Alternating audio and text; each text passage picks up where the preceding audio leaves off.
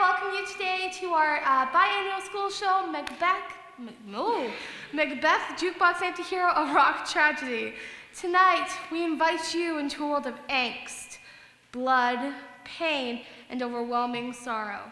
There are a few rules you must adhere to tonight to not have a curse fall upon you and your entire household. The first being, please, no cell phones or photography.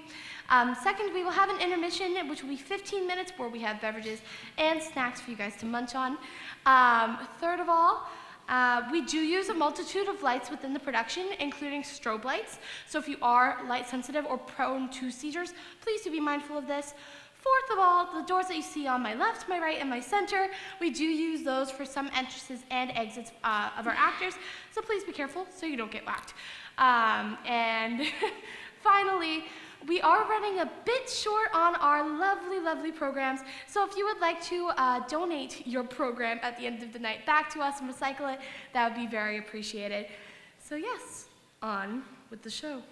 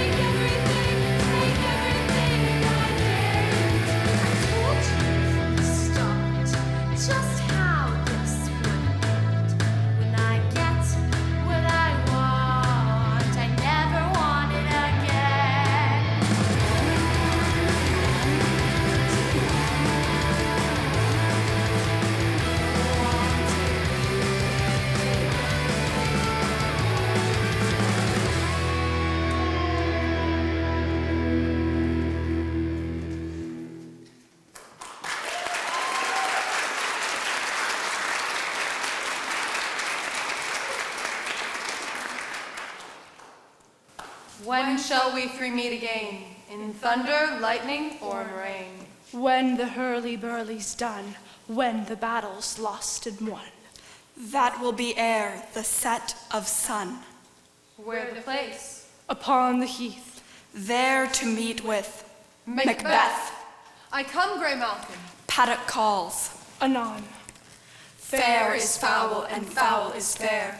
hover through the fog and filthy air. Fair is foul and foul is fair. Hover through the fog and filthy air. Fair is foul and foul is fair. Hover through the fog and filthy air.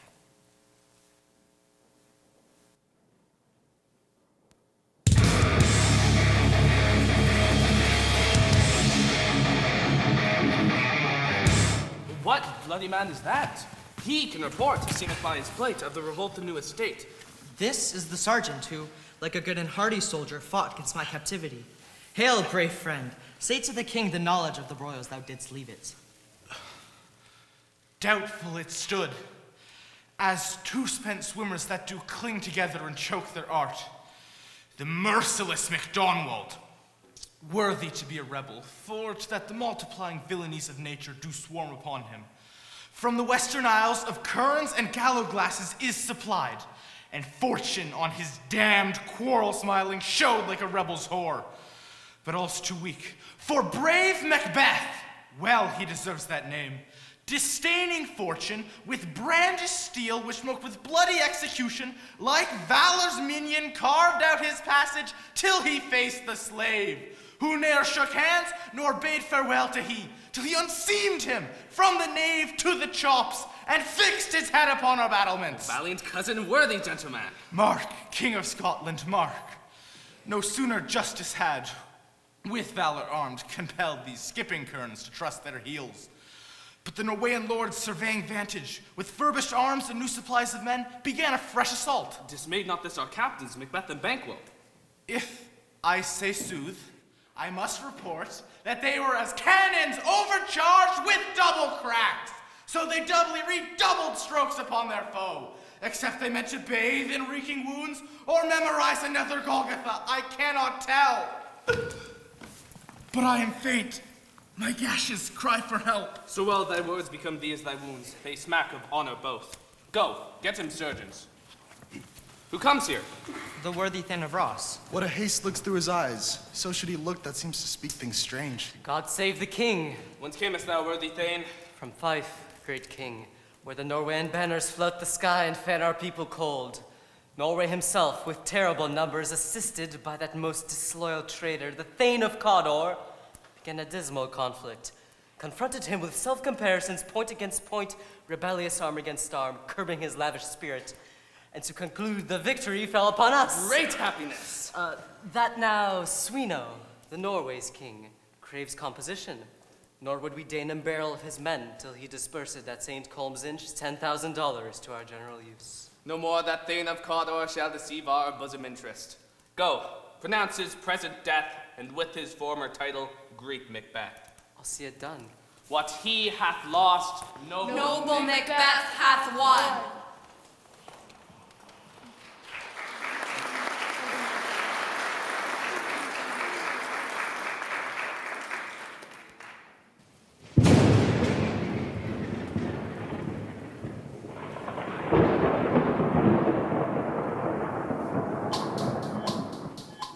I'm only happy when it rains. I'm only happy when it's complicated. And though I know you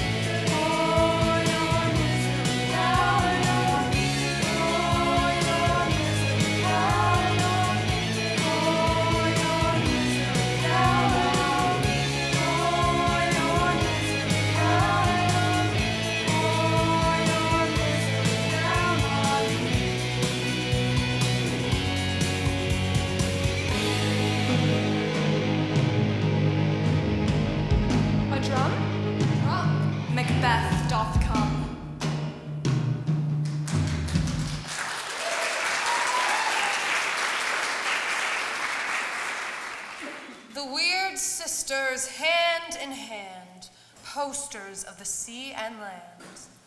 Thus to go about, thrice to thine, and thrice to mine, and thrice again to make up 9. Peace the charms wound up. Peace the charms wound up. Peace the charms. Peace the charms. So foul and fair a day I have not seen. How far is it called to fours? What are these? So withered and so wild in their attire, that look not like the inhabitants of the earth, and yet are on it. Live you, or are you aught that man may question? You seem to understand me by each at once her choppy finger laying upon her skinny lips. Speak if you can. What are you? All hail Macbeth! Hail to thee, Thane of Glamis! All hail Macbeth. Hail to thee, Thane of Cawdor. All hail Macbeth, that shalt be king hereafter. Good sir, why do you start and seem to fear things that do sound so fair? In the name of truth, are you fantastical, or that indeed which outwardly you show? My noble partner you greet with present grace and great prediction, of noble having and of royal hope that he seems wrapped withal. To me you speak not. If you can look into the seeds of time and say which grain will grow and which will not, speak then to me, who neither beg nor fear your favors nor your hate. Hail! Hail. Hail. Lesser than Macbeth, and greater. Not so happy, yet much happier. Thou shalt get kings, though thou be none. So all hail Macbeth and Banquo. Banquo and Macbeth. All hail! Stay, you imperfect speakers, tell me more. By Sinel's death I know I am Thane of Glamis, but how of Cawdor? The Thane of Cawdor lives a prosperous gentleman, and to be king stands not within the prospect of belief no more than to be Cawdor. Say from whence you owe this strange intelligence, or why upon this blasted heath you stop our way with such prophetic greeting. Speak, I charge you! The earth hath bubbles, as the water has, and these are of them. Whither are they vanished? Into the air, in what seemed corporal melted, as breath into the wind. Would they had stayed! Were such things here as we do speak about, or have we eaten on the insane root that takes the reason prisoner? Your children shall be kings! You shall be king. And Thane of Cawdor too. Went it not so? To the self-same tune and words. Who's there? The king hath happily received, Macbeth, the news of thy success. We are sent to give thee from our royal master thanks, only to herald thee into his sight, not pay thee. And for an earnest of a greater honor, he bade me, from him, call thee Thane of Cawdor, in which addition, hail, most worthy Thane, for it is thine. What? Can the devil speak true? The Thane of Cawdor lives. Why do you dress me in borrowed robes? Who was the Thane lives yet, but under heavy judgment bears that life, which he deserves to lose. Treason's capital, confessed and proved, have overthrown him. Glamis and Thane of Cawdor. The greatest is behind. Thanks for your pains. Do you not hope your children shall be kings when those that gave Thane of Cawdor to me promised no less to them? That trusted home might yet enkindle you into the crown, besides the Thane of Cawdor. But 'tis strange, and oftentimes to win us to our harm, the instruments of darkness tell us truths, win us with honest trifles, to betray us in deepest consequence. Cousins, a word, I pray you. Two truths are told as happy prologues to the swelling act of the imperial theme. This supernatural soliciting cannot be ill, cannot be good. If ill, why hath it given me earnest of success, commencing in a truth? I am Thane of Cawdor.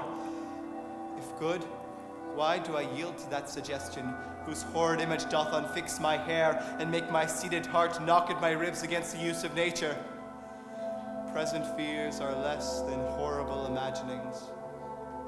My thought, whose murder yet is but fantastical, shakes so my single state of man that function is smothered in surmise, and nothing is but what is not. Look how our partner's wrapped. If chance will have me king, why, chance may crown me without my stir. New honors come upon him, like our strange garments, cleave not to their mold, but with the aid of use. Come what come may, time and the hour runs through the roughest day. Worthy Macbeth, we stay upon your leisure. Give me your favor. My dull brain was wrought with things forgotten. Kind gentlemen, your pains are registered, for every day I turn the leaf to read them. Let us toward the king. Think upon what hath chanced, and at more time, the interim having waited, let us speak our free hearts each to other. Very gladly. Till then, enough. Come, friend.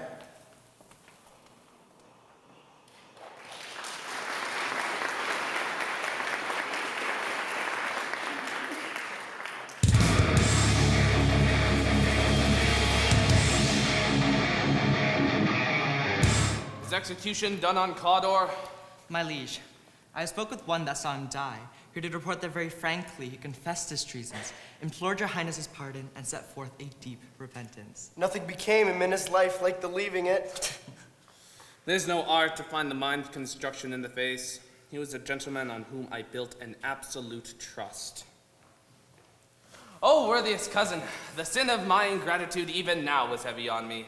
Only I have left to say, more is thy due than more than all can pay. The service and the loyalty I owe in doing it pays itself. Welcome hither. I've begun to plant thee, and will labor to make thee full of growing. Noble Banquo, thou hast no less deserved, nor must be known no less to have done so. Let me enfold thee and hold thee to my heart. Here, if I grow, the harvest is your own. My plenteous joys, wanton in fullness, seek to hide themselves in drops of sorrow. Sons, kinsmen, thanes, and those whose places are the nearest, know. We will establish our estate upon our eldest, Malcolm, whom we name hereafter the Prince of Cumberland.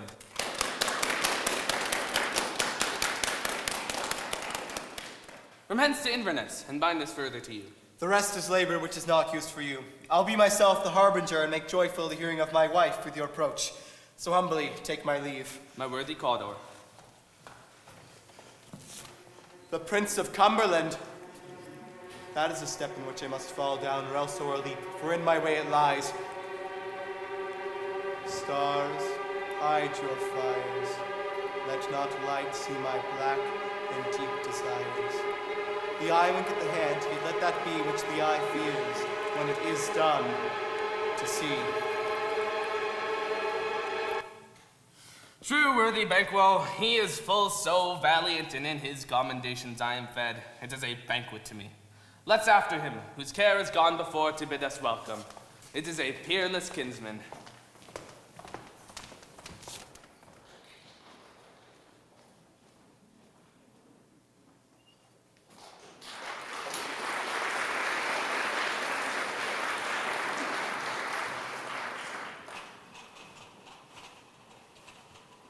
They met me in the day of success, and I have learned by the perfectest report they have more in them than mortal knowledge. When I burned in desire to question them further, they made themselves air, into which they vanished.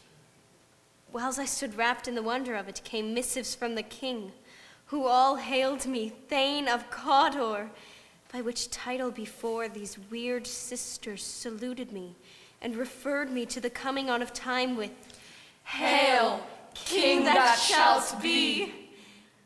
This have I thought good to deliver thee, my dearest partner of greatness, that thou mightest not lose the dues of rejoicing by being ignorant of what greatness is promised thee. Lay it to thy heart, and farewell. Glamis thou art, and Cawdor, and shalt be what thou art promised. Yet, do I fear thy nature? It is too full of the milk of human kindness to catch the nearest way. Thou wouldst be great, art not without ambition, but without the illness should attend it.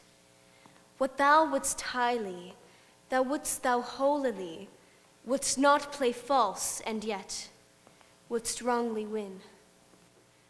Thou dost have great Glamis, that which cries, Thus thou must do. If thou have it, and that which rather thou dost fear to do, then wishest should be undone. Hie thee hither, that I may pour my spirits in thine ear, and chastise with the valor of my tongue all that impedes thee from the golden round, which fate and metaphysical aid doth seem to have thee crowned withal. What is your tidings? The king comes here tonight. Thou art mad to say it. Is not thy master with him? So please you, it is true. Our Thane is coming. One of my fellows had the speed of him, who almost dead for breath, had scarcely more that would make up his message. Give him tending. He brings great news. The raven himself is hoarse, that croaks the fatal entrance of Duncan under my battlements.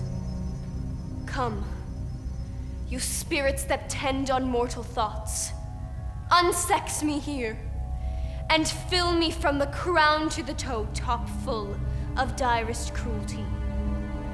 Make thick my blood, stop up the access and passage to remorse, that no compunctious visitings of nature shake my fell purpose, nor keep peace between the effect and it.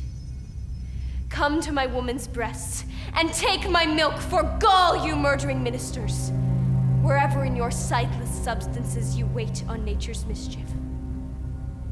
Come, thick night, and pall thee in the dunnest smoke of hell, that my keen knife see not the wound it makes, nor heaven peep through the blanket of the dark to cry, hold!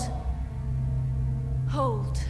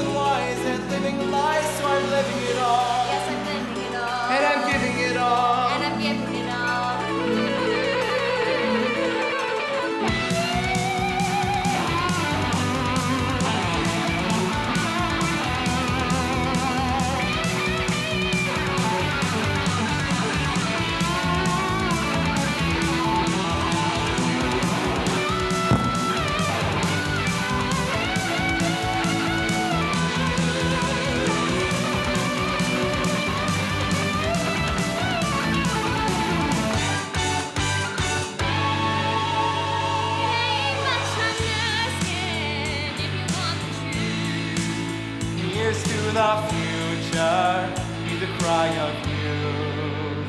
I want it all. I want it all. I want it all. And I want it now.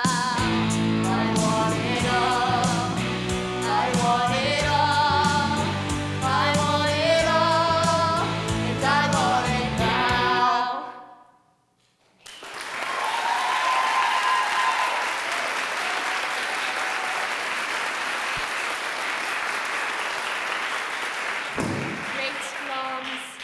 worthy Cawdor, greater than both by the all-hail hereafter.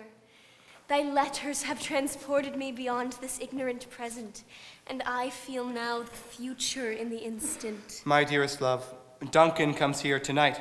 And when goes hence? Tomorrow, as he purposes. Oh, never shall sun that morrow see.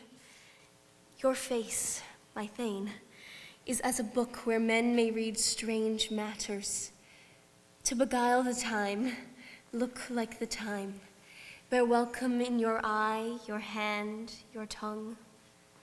Look like the innocent flower, but be the serpent under it. We will speak further. Only look up clear. To alter favor ever is to fear. Leave all the rest to me.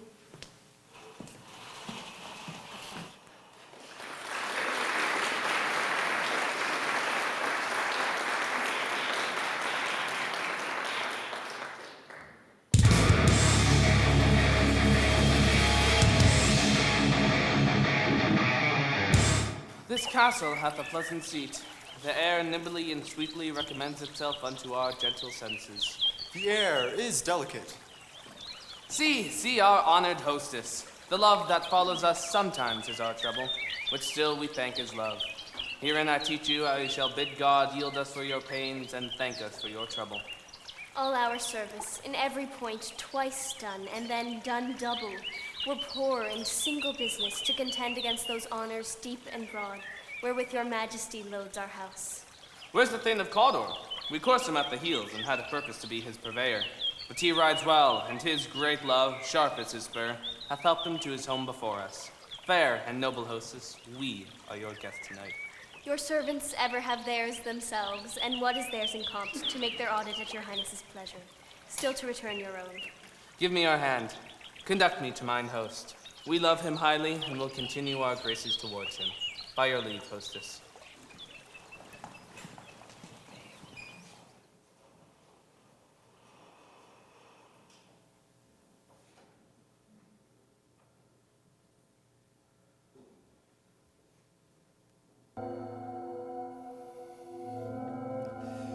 If it were done when 'tis done, then 'twere well it were done quickly.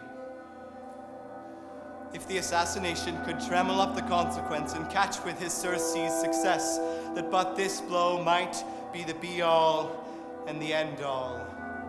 Here upon this bank and shoal of time, we jump the life to come. But in these cases, we still have judgment here, that we but teach bloody instructions, which being taught, return to plague the inventor. He's here in double trust. First, as I am his kinsman and his subject, strong both against the deed, then as his host, who should against his murderer shut the door, not bear the knife myself. Besides, this Duncan hath borne his faculties so meek, hath been so clear in his great office, that his virtues will plead like angels, trumpet-tongued against the deep damnation of his taking off. And pity, like a naked newborn babe striding the blast, or heaven's cherubim horsed upon the sightless couriers of the air, shall blow the horrid deed in every eye, that tears shall drown the wind. I have no spur to prick the sides of my intent, but only vaulting ambition, which o'erleaps itself and falls on the other. How now, what news? He has almost supped. Why have you left the chamber? Hath he asked for me? Know you not he has? We'll proceed no further in this business. He hath honored me of late, and I have bought golden opinions from all sorts of people, which would be worn now in their newest gloss, not cast aside so soon. Was the hope drunk, wherein you dressed yourself? Hath it slept since? And wakes it now to look so green and pale at what it did so freely? From this time such I account thy love. Art thou afeard to be the same in thine own act and valor as thou art in desire? Would thou have that which thou esteem'st the ornament of life, and live a coward in thine own esteem, letting I dare not wait upon I would? Prithee, peace. I do all that may become a man. Who dares do more is none. What beast was it then that made you break this enterprise to me? When you durst do it, then you were a man. And to be more than what you were, you would be so much more the man. I have given suck, and know how tender 'tis to love the babe that milks me. I would, while it was smiling in my face, have plucked my nipple from his boneless gums and dashed the brains out, had I so sworn as you have done to this. If we should fail! We fail. But screw your courage to the sticking place, and we'll not fail. When Duncan is asleep, his 2 chamberlains will I with wine and with sail so convince that memory. The warder of a brain shall be a fume, and the receipt of reason a limbic only. When in swinish sleep their drenched natures lies as in a death, what cannot you and I perform upon the unguarded Duncan? What not put upon his spongy officers, who shall bear the guilt of our great quell? Bring forth men, children, only, for thy undaunted mettle should compose nothing but males.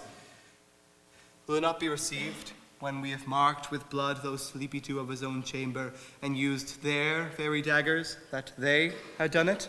Who dares receive it other, as we shall make our griefs and clamor roar upon his death?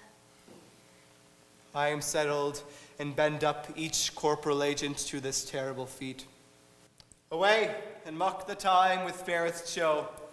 False face must hide what the false heart doth know.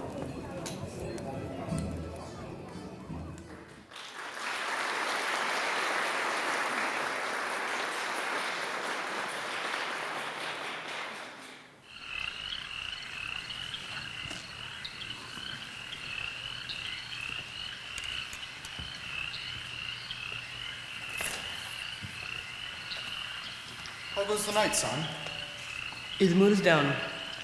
I have not heard the clock. And she goes down at 12. I take it later, sir. If there's hazard in heaven, if their candles are all out. Who's there? A friend. What, sir? Not yet at rest. The king's abed. He hath been in unusual pleasure and sent forth great large to offices. This diamond he greets your wife withal, in the name of most kind hostess, and shut up in measureless content. Being unprepared, our will became the servant to defect, which else should free have wrought. All's well. I dreamt last night of the 3 weird sisters. To you they have showed some truth. I think not of them. Yet, when we could entreat her now to serve, we would spend it in some words upon that business, if you would grant the time. At your kindest leisure. If you shall cleave to my consent, when 'tis, it shall make honor for you. So I lose none in seeking to augment it, but still keep my bosom franchised and allegiance clear. I shall be counseled. Good repose the while. Thanks, sir. The like to you.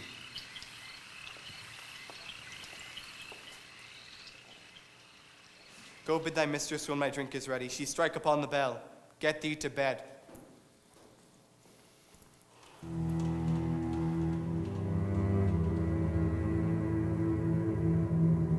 Is this a dagger which I see before me, the handle toward my hand? Come, let me clutch thee. I have thee not, and yet I see thee still. Art thou not, fatal vision, sensible to feeling as to sight? Or art thou but a dagger of the mind, a false creation proceeding from the heat-oppressed brain? I see thee still, in form as palpable as which now I draw. Thou marshals me the way that I was going, and such an instrument I was to use. Mine eyes are made the fools of the other senses, or else worth all the rest. I see thee still, and on thy blade in dudgeon, gouts of blood, which was not so before. There's no such thing. It is the bloody business which informs thus to mine eyes. Now, o'er the one half world, nature seems dead, and wicked dreams abuse the curtained sleep. Whiles I threat, he lives. Words to the heat of deeds too cold breath gives. I go, and it is done. The bell invites me. Hear it not, Duncan, for it is a knell that summons thee to heaven or to hell. Go on. on, take everything, I want you to.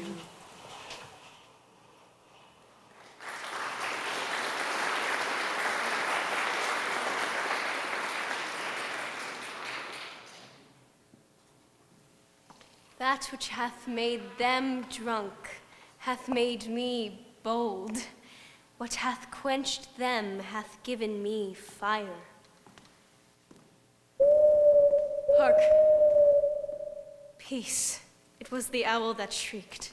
Who's there? What? Oh! Alack, I am afraid they have awaked, and 'tis not done. The attempt and not the deed confounds us. I laid their daggers ready, he could not miss them. Had he not resembled my father as he slept, I had done it. My husband. I have done the deed. Didst thou not hear a noise? I heard the owl scream and the crickets cry. Did not you speak? When? Now. As I descended. I. Hark! Who lies in the second chamber? Donalbain.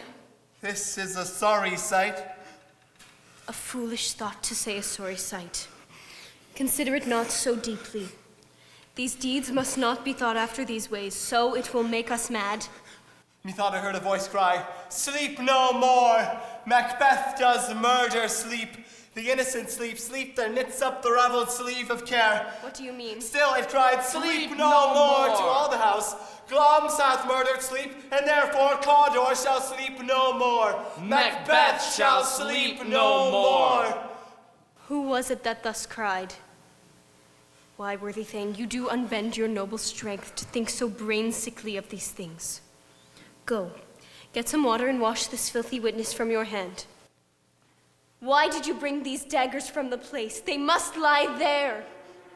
Go, carry them and smear the sleepy grooms with blood. I'll go no more. I'm afraid to think what I have done. Look on it again, I dare not. Infirm of purpose. Give me the daggers. The sleeping and the dead are but as pictures. 'Tis the eye of childhood that fears a painted devil. If he do bleed, I'll gild the faces of the grooms withal, for it must seem their guilt.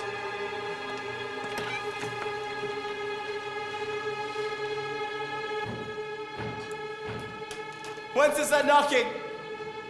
How is it to me that every noise appalls me? My hands are here. How they pluck out my eyes! Will all great Neptune's ocean wash this blood clean from my hand? No! This, my hand, will rather the multitudinous seas incarnadine, making the green one red! My hands are of your color, but I shame to wear a heart so white. Hark, I hear a knocking at the south entry. Retire we to our chamber. A little water clears us of this deed. How easy is it then? Your constancy hath left you unattended. Hark, more knocking. Get on your nightgown, lest occasion call us and show us to be watchers. Be not lost so poorly in your thoughts. To know my deeds, 'twere best to not know myself. Wake Duncan with thy knocking. I would thou couldst.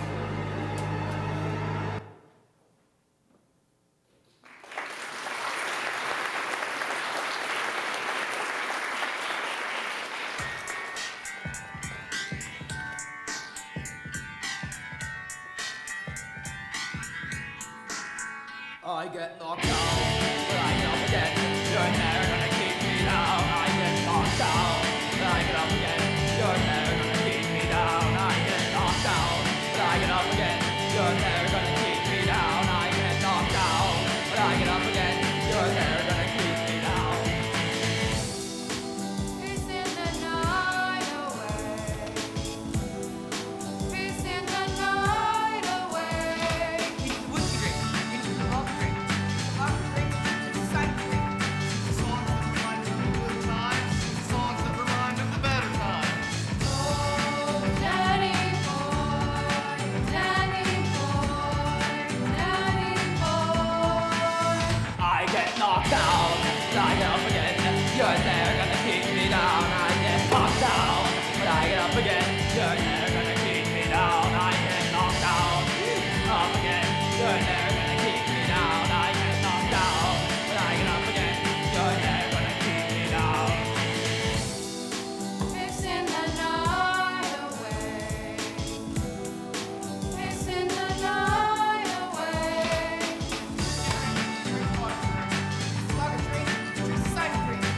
song of your life into the good time. You sing the song of your life into the better time. Don't cry for me, next door neighbor. I get knocked down, but I get up again. You're never gonna keep me down. I get knocked down, but I get up again. You're never gonna keep me down. I get knocked down, but I get up again. You're never gonna keep me down. I get knocked down, but I get up again. You're never gonna keep me down. I get knocked down, but I get up again. You're never gonna keep me down.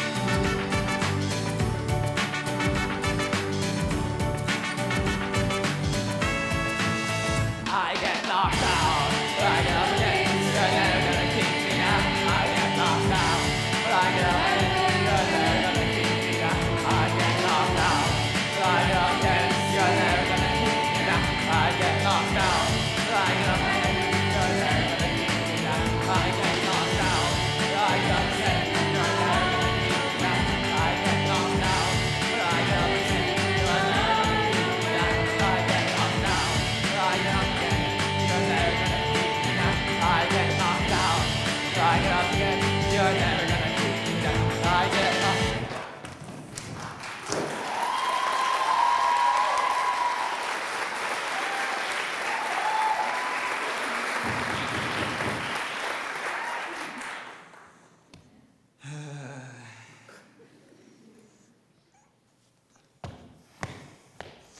Here's a knocking indeed. If a man were porter of Hellgate, he should have owed turning the key. Knock, knock, knock. Who's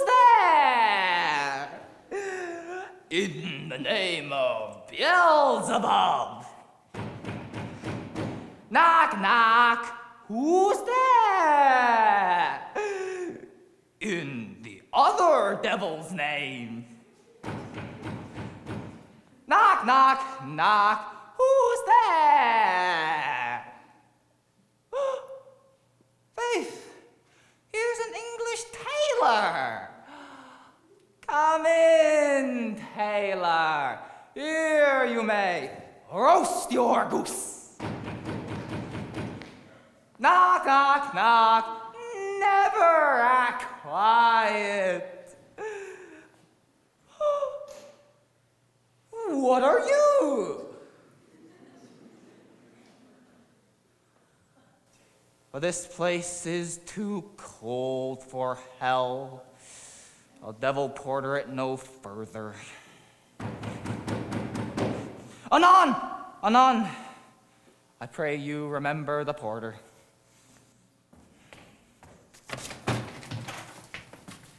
Was it so late, friend, ere you went to bed, that you do lie so late? Faith, sir, we were carousing till the second cock, and drink, sir, is a great provoker of three things.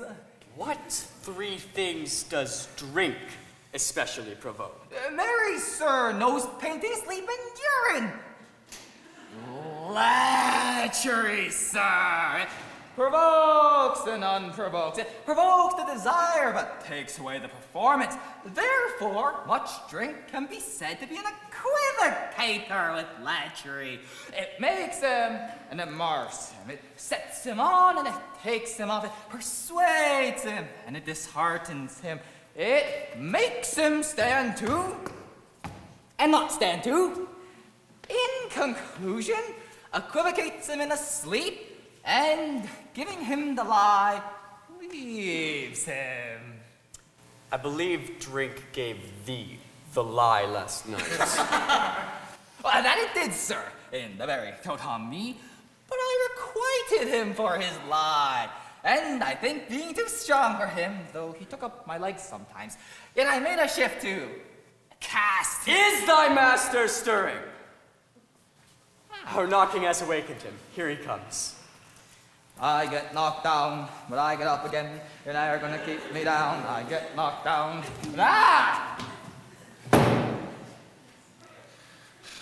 Good morrow, noble sir. Good morrow, both. Is the king stirring, worthy Thane? Not yet. He did bid me call timely upon him.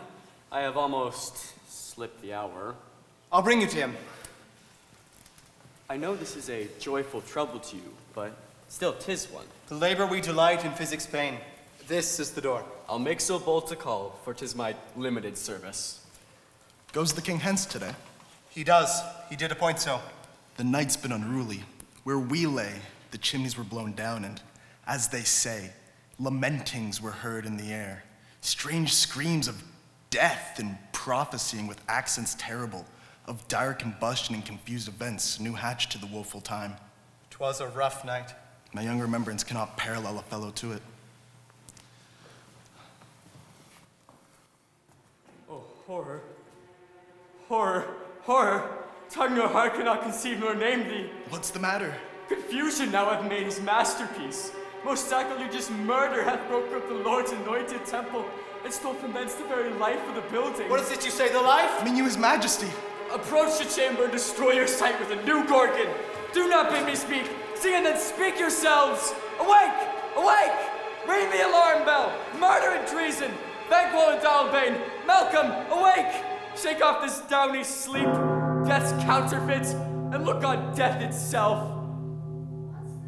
Such a hideous trumpet calls to parley the sleepers of this house. Speak, speak. Oh, gentle lady, 'tis not for you to hear what I can speak. The repetition in a woman's ear would murder as it fell. Oh, Banquo, Banquo, our royal master is murdered. Oh, alas! What, in our house? Too cruel anywhere. Dear Duff, I pray thee, contradict thyself and say it is not so. Had I but died an hour before this chance, I had lived a blessed time. For from this instant, there's nothing serious in mortality. What is amiss? You are, and do not know it. The spring, the head, the fountain of your blood is stopped. The very source of it is stopped. Your royal father's murdered. Oh, by whom? Those of his chambers, it seemed, had done it. Their hands and faces were all badged with blood. So too were their daggers, which unwiped we found upon their pillows. Oh, yet I do repent me of my fury that I did kill them. Wherefore did you so? Who can be wise, amazed, temperate, furious, loyal, and neutral in a moment? No man. The expedition of my violent love outran the pauser of reason. Here lay Duncan, his silver skin laced with his golden blood, and his gashed stabs looked like a breach in nature for ruin's wasteful entrance. There, the murderers, steeped in the colors of their trade, their daggers unmannerly breached with gore. Who could refrain that at a heart of love, and in that heart, courage to make love known? Help me hence! Oh. Look to the lady. Why do we hold our tongues that most may claim this argument for hours? What should be spoken here, where our fate, hidden in auger hole, may Russian seize us? Well, let's away. Our tears are not yet brewed. Nor our strong sorrow upon the foot of motion. And when we have our naked frailties hid, that suffer an exposure, let us meet and question this most bloody piece of work to know it further. Let's briefly put on manly readiness and meet in the hall together. Well understood. Contented. What will you do? Let's not consort with them. To show an unfelt sorrow is an office which the false man does easy. I'll to England. To Ireland I. Our separated fortune shall keep us both the safer. Where we are, there's daggers and men's smiles. The near in blood, the near bloody. This murderous shaft that shot hath not yet lighted, and our safest way is to avoid the aim. Therefore to horse, and let us not be dainty of leave-taking, but shift away. There's warrant in that theft, which steals itself where there's no mercy left.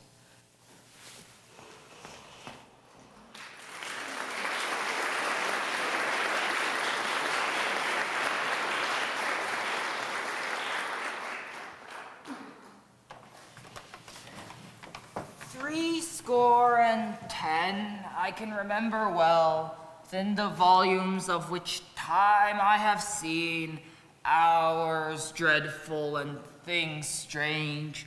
But this sore night hath trifled former knowings." Good father, thou seest the heavens, as troubled with man's act, threatens his bloody stage. By the clock 'tis day, and yet dark night strangles the traveling lamp. 'Tis unnatural. Here comes the good Macduff. How goes the world, sir? Why, see you not? It's known who did this more than bloody deed. Those that Macbeth hath slain. Alas the day. What good could they pretend? They were suborned. Malcolm and Donald Bane, the king's two sons, are stolen away and fled, which puts upon them a suspicion of the deed. Against nature still. Thriftless ambition, thou will raven up thine own life's means. Then 'tis most like the sovereignty will fall upon Macbeth. He's already named and gone to Scone to be invested. Where is Duncan's body?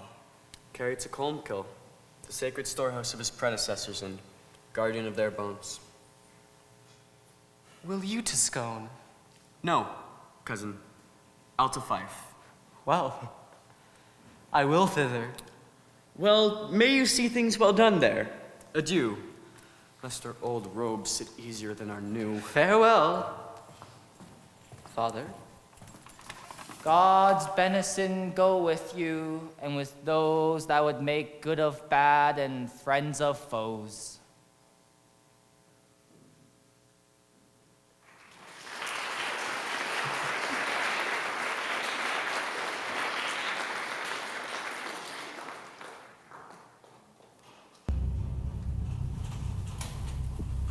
Thou hast it now, King, Cawdor, Glamis.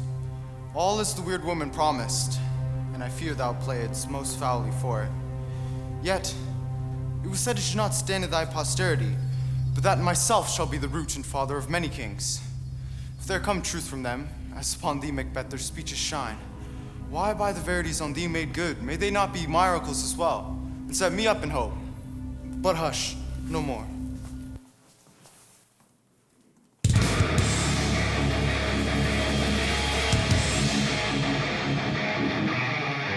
Here's our chief guest. If he had been forgotten, it had been as a gap in our great feast, and all thing unbecoming. Tonight we hold a solemn supper, sir, and I'll request your presence. Let your highness command upon me, to which my duties are with the most indissoluble tie, forever knit. Ride you this afternoon? Aye, my good lord. We should have else desired your good advice, which still hath been both grave and prosperous in this day's council, but we'll take tomorrow. Is it far you ride? As far, my lord, as will fill at the time twixt this and the supper. Go not my horse the better, for I must become a borrower of the night for a dark hour or twain. Fail not our feast. My lord, I will not. We hear our bloody cousins are bestowed in England and in Ireland, not confessing their cruel parricide, filling their ears with strange invention. But of that tomorrow, and therewithal we shall have cause of state craving us jointly. Hie you to horse, adieu, till you return at night. Goes Fleance with you. Aye, my good lord. Our time does call upon us. I wish your horses swift and sure of foot, and so I do command you to their backs. Farewell. Let every man be master of his time till 7 at night. To make society the sweeter welcome, we will keep ourself till supper time alone. Well then, God be with you. Sirrah, a word with you. Attend those men our pleasure. They are, my lord, without the palace gate. Bring them before us.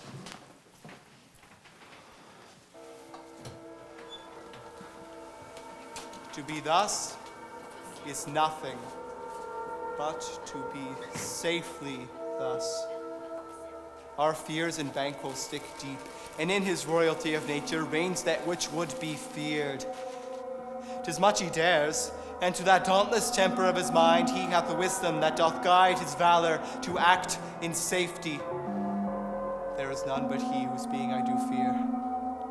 He chid the sisters when first they put the name of king upon me and bade them speak to him. Then, prophet-like, they held him father to a line of kings. Upon my head they placed a fruitless crown and put a barren scepter in my grip, thence to be wrenched with an unlineal hand, no son of mine succeeding. If it be so, for Banquo's issue have I filed my mind. For them, the gracious Duncan have I murdered, but rancors in the vessel of my peace, only for them and mine eternal jewel given to the common enemy of man to make them kings, the seeds of Banquo kings. Rather than so, come fate into the list and champion me to the utterance. Who's there? Now go to the door and stay there till we call.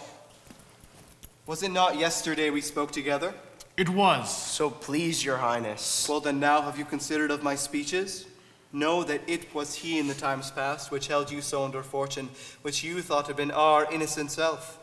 You made it known to us. I did so, and went further, which is now our point of second meeting.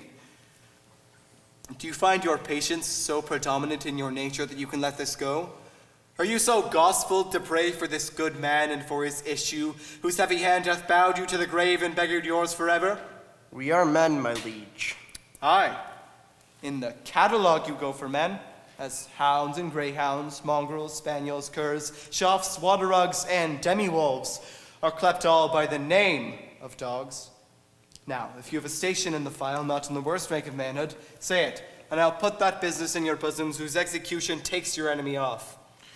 I am one, my liege, whom the vile blows and buffets of the world hath so incensed that I am reckless what I do to spite the world. And I another, so weary with disasters, tugged with fortune, that would set my life on any chance, to mend it or to be rid on it. Both of you know, Banquo was your enemy. True, my lord. So is he mine. And in such bloody distance, at every minute of his being thrusts against my nearest of life. And though I could, with barefaced power, sweep him from my sight and bid my will avouch it, yet I must not. For certain friends that are both his and mine, whose loves I may not drop, but wail his fall who I myself struck down. And thence it is that I to your assistance do make love, masking the business from the common eye for sundry weighty reasons. We shall, my lord, perform what you command us. Though our lives... Your spirit shine through you. Within this hour at most, I will advise you where to plant yourselves, acquaint you with the perfect spire, the time, the moment on it, for it must be done tonight, and something from the palace. Always thought that I require a clearness. And with him, to leave no rubs nor botches in the work, Fleance, his son, that keeps him company.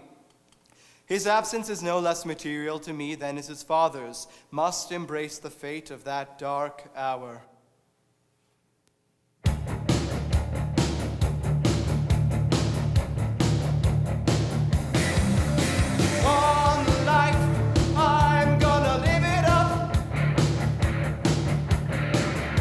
I'm taking, I said, I'll never get enough.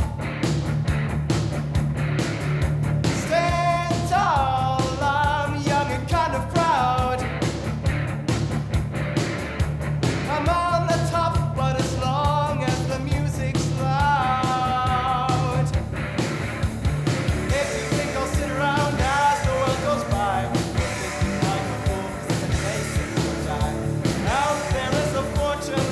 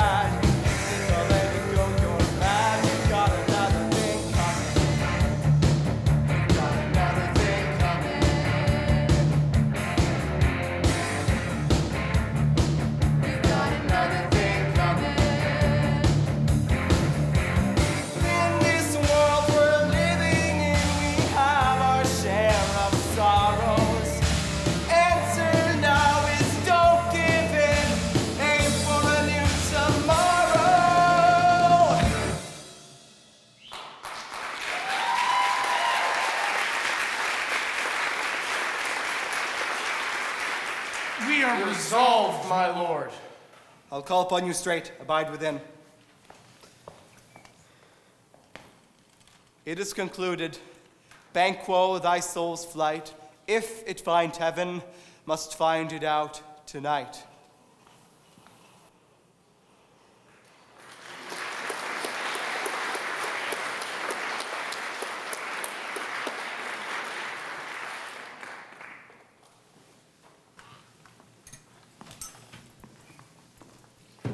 Is Banquo gone from court? Aye, madam, but he returns again tonight. Say to the king I would attend his leisure for a few words. Madam, I will.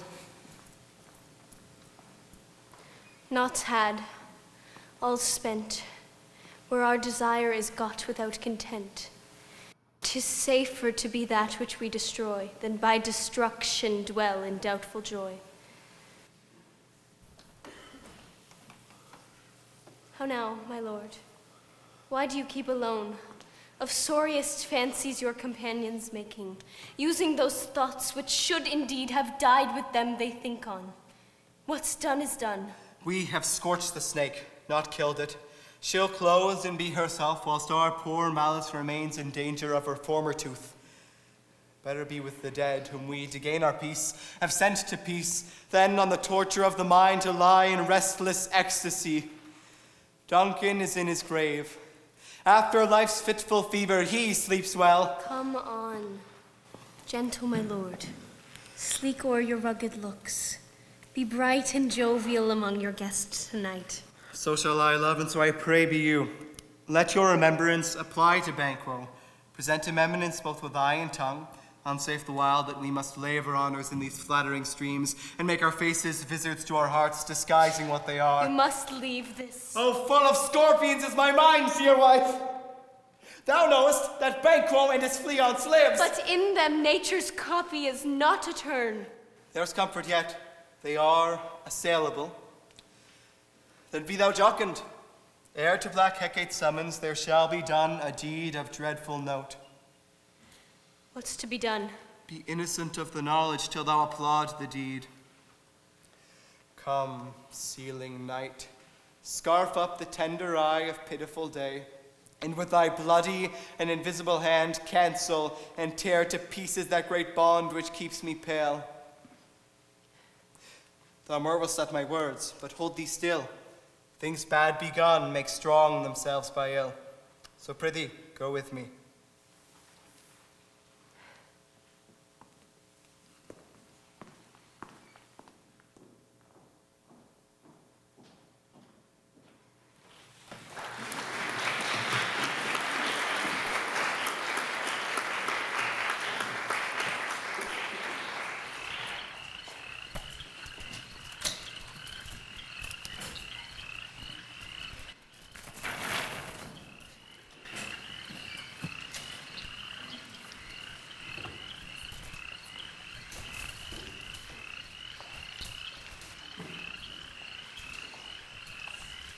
Hold here.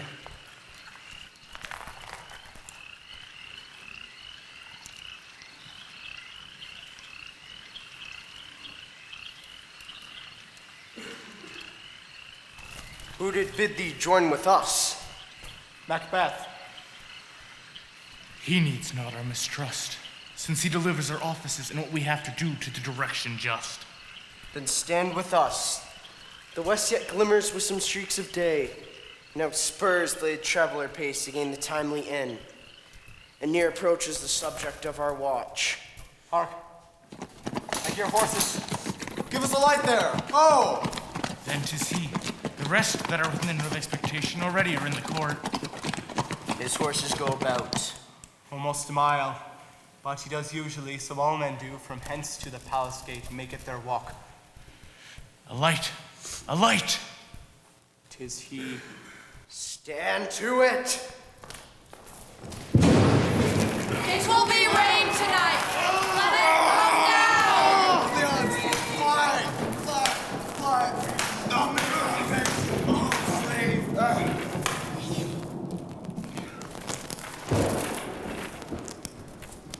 Who did strike with the light? Was it not the way? There is but one down. The sun is fled. Oh, We have lost best half of our affair.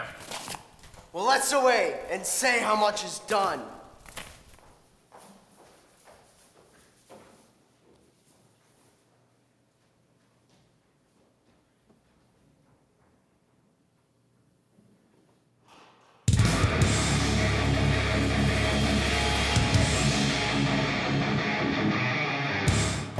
You know your own degrees. Sit down. At first and last, the hearty welcome. Thanks to His Majesty. Ourself will mingle with society and play the humble host. Our hostess keeps her state, but in best time we will require her welcome. Pronounce it for me, sir, to all our friends. For my heart speaks they are welcome. See, they encounter thee with their hearts, thanks. Both sides are even, here I'll sit in the midst. Be large in mirth, anon we'll drink a measure of the table round. There's blood upon thy face. 'Tis Banquo's then. 'Tis better thee without than he within. Is he dispatched? My lord, his throat is cut. That I did for him. Thou art the best of the cutthroats. Yet he is good that did the like for Fleance. If thou didst it, thou art the nonpareil. Most royal sir, Fleance escaped. Then comes my fit again. I had else been perfect. Now I'm cabined, cribbed, confined, bound into saucy doubts and fears. But Banquo's safe? Aye, my good lord, safe in a ditch he bides, with 20 trench gashes on his head. At least a death to nature. Thanks for that. There the grown serpent lies. The worm that's fled hath nature that in time will venom breed. No teeth for the present. Get thee gone. Tomorrow we'll hear ourselves again.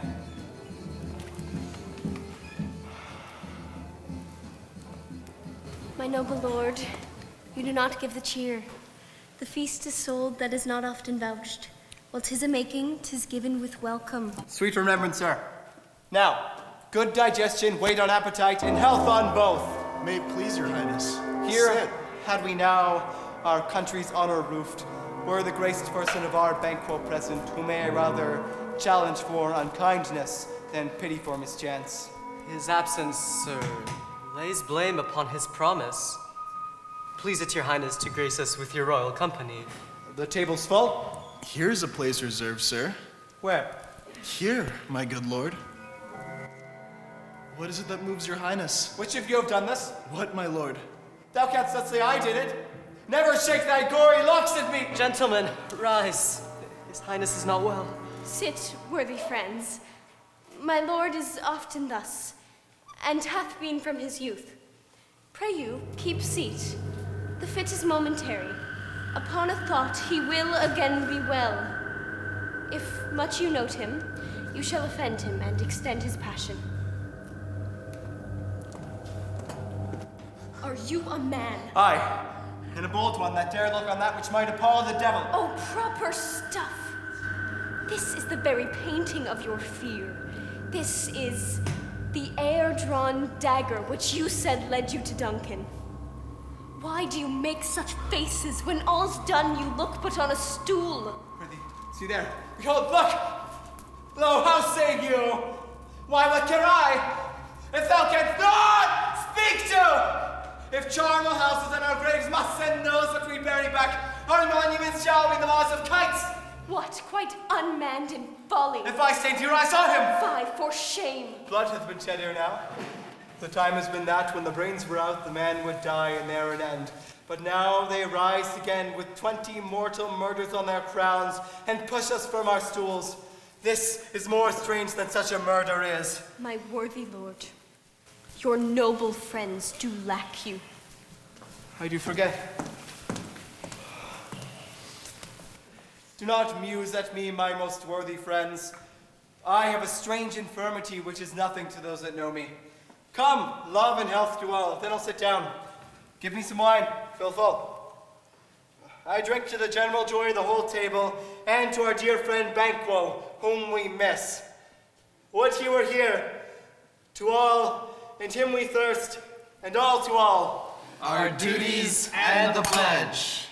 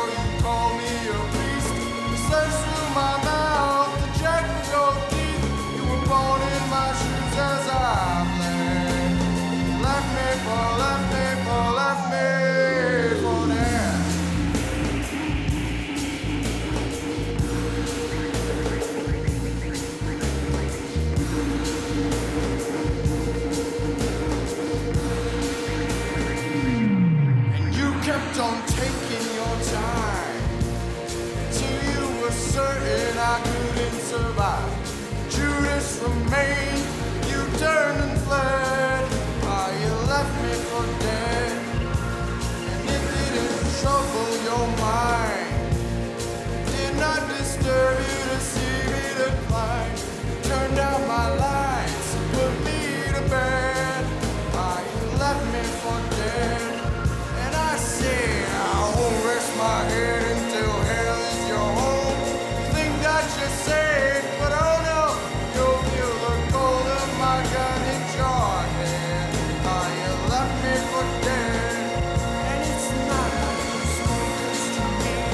Stay by my side. I was choking in blood as the lamp filled your eyes. You're a bone for each word that you said. You left me for dead. But I don't wanna search no more.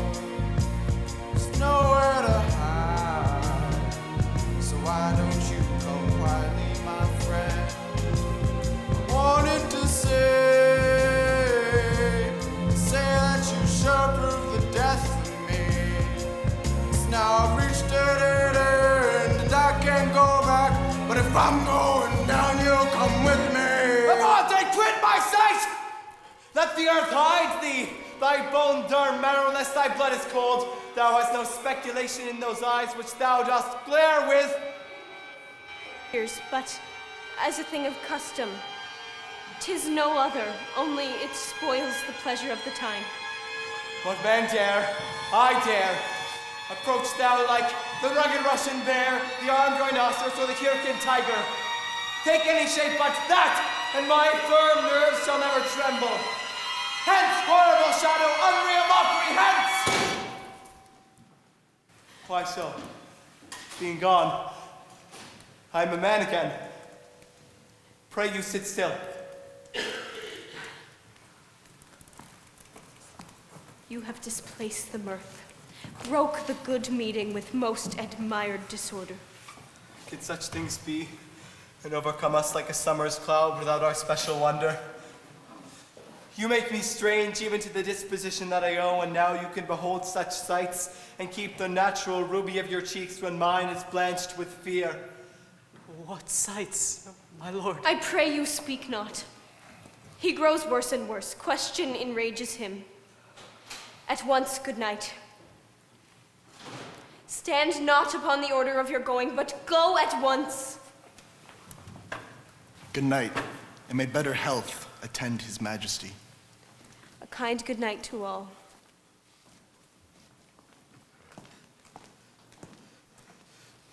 It will have blood, they say.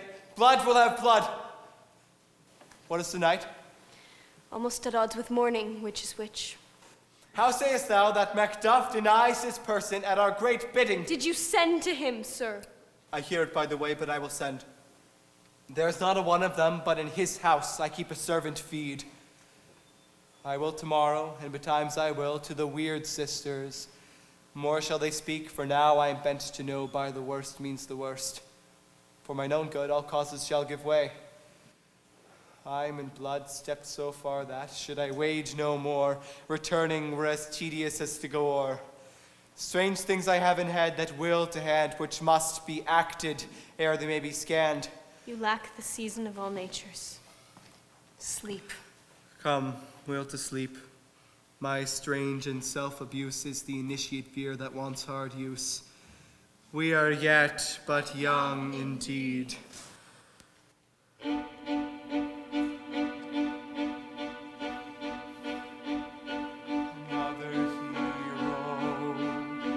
Another mind, this crime behind the curtain, in the pantomime, on and on. Does anybody know what we are living for? Whatever happens, I'll leave it all to chance. Another heartache, another fear's advance. On and on. Does anybody know what we are living for?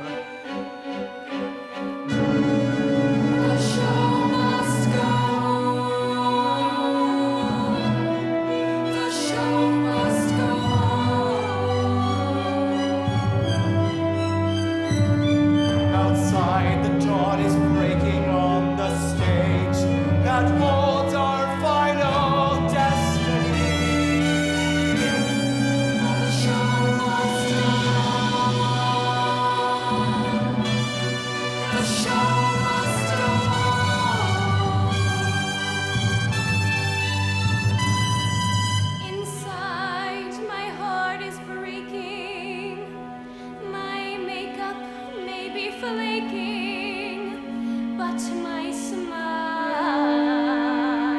still stays on. The show must go on. The show must go on. I'll top the bill, I learn the kill. I have to find the will to carry on with the, on with the, on with the show. On with the show. On with the show.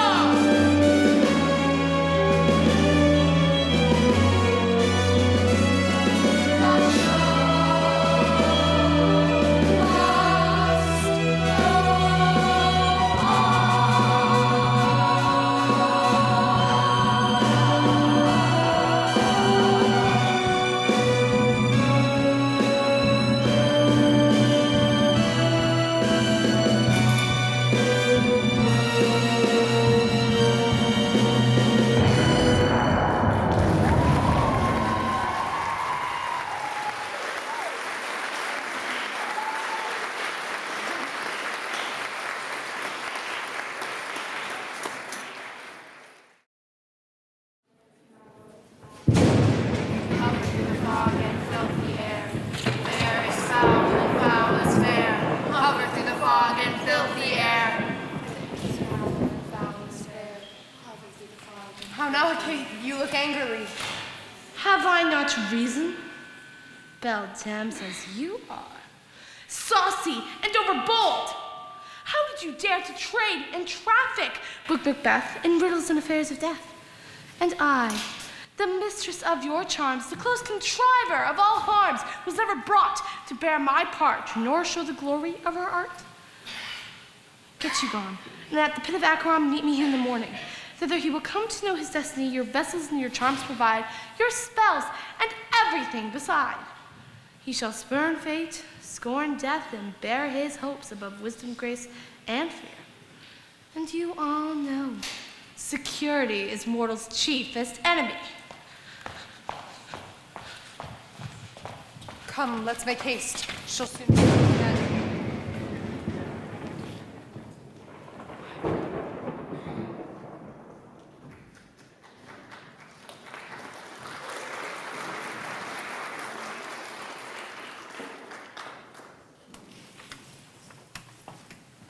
My former speeches have but hit your thoughts, which can interpret farther. Only I say, things have been strangely born. The gracious Duncan was pitied of Macbeth. Marry, he was dead. And the right valiant Banquo walked too late, whom you may say, if it please you, Fleance killed, for Fleance fled. Men must not walk too late. Who cannot want the thought how monstrous it was for Malcolm and for Donalbain to kill their gracious father? Oh, damned fact, did it grieve Macbeth? Did he not straight in pious rage the two delinquents tear who were the slaves of drink and thralls of sleep? Was not that nobly done? Aye, and wisely too. For 'twould have angered any heart alive to hear the men deny it. So that I say he has borne all things well. And I do think that had he Duncan's sons under his key, Has, and this in heaven he shall not. they should find what it were to kill a father. So should Fleance. But peace, for from broad words and 'cause he failed his presence at the tyrant's feast, I hear Macduff lives in disgrace. Sir, can you tell me where he bestows himself?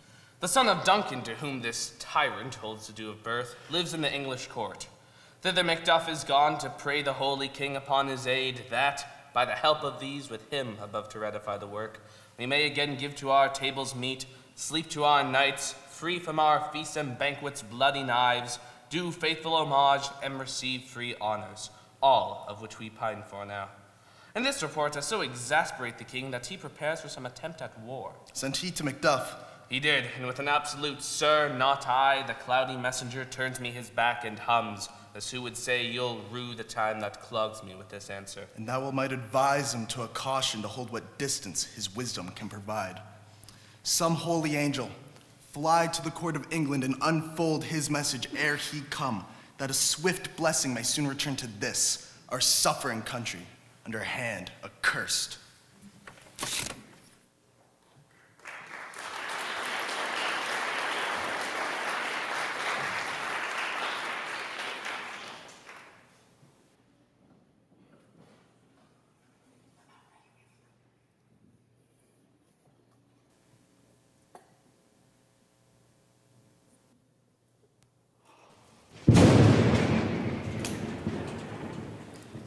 Thrice the brindled cat hath mewed, thrice and once the hedge pig whined. Harpier cries, 'tis time, 'tis time. Round about the cauldron go, in the poisoned entrails throw. Toad that under cold stone days and nights has 31. Sweltered venom sleeping God, boil thou first in the charmed pot. Double, double, toil and trouble, fire burn and cauldron bubble. Double, double, toil and trouble, fire burn and cauldron bubble. Double, double, toil and trouble, fire burn and cauldron bubble. Oh, well done. I commend your pains. Now everyone shall share in the games. By the pricking of my thumbs, something wicked this way comes. Open locks, whoever knocks.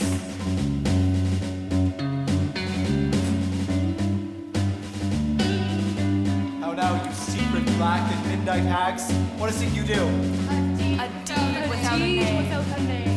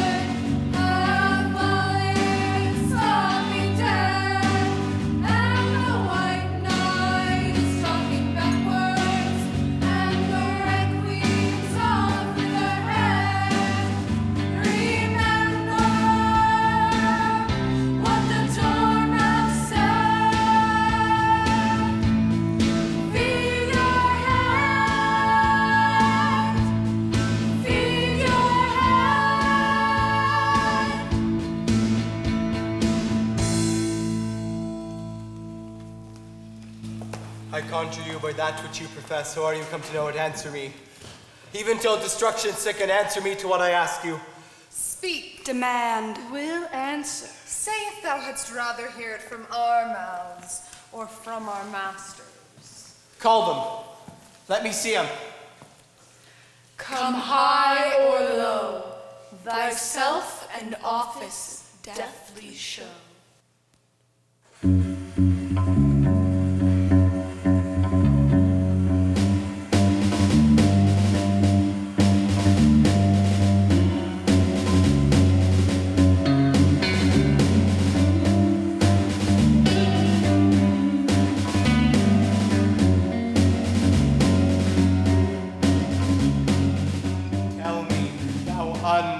Power. It knows thy thought. Hear its speech, but say thou not.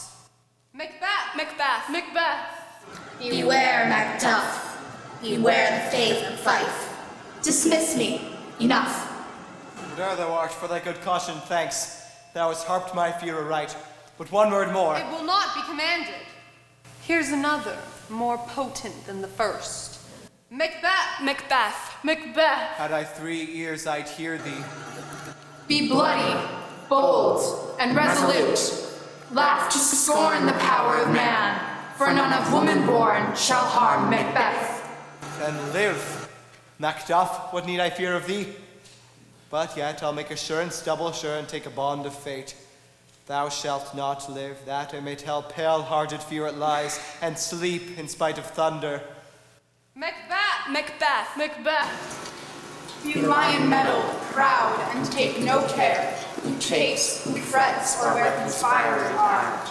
Macbeth shall never vanquished be until great Birnam Wood, the high Dunsinane Hill, shall come against him. That will never be. Who can impress the forest, bid the tree unfix his earthbound root? Sweet bodements, good! Rebellious said, rise never till the wood of Birnam rise, and our high-placed Macbeth shall live the lease of nature, pay his breath to time and mortal custom. Yet my heart throbs to know one thing. Tell me, if your art can tell so much, shall Banquo's issue ever reign in this kingdom?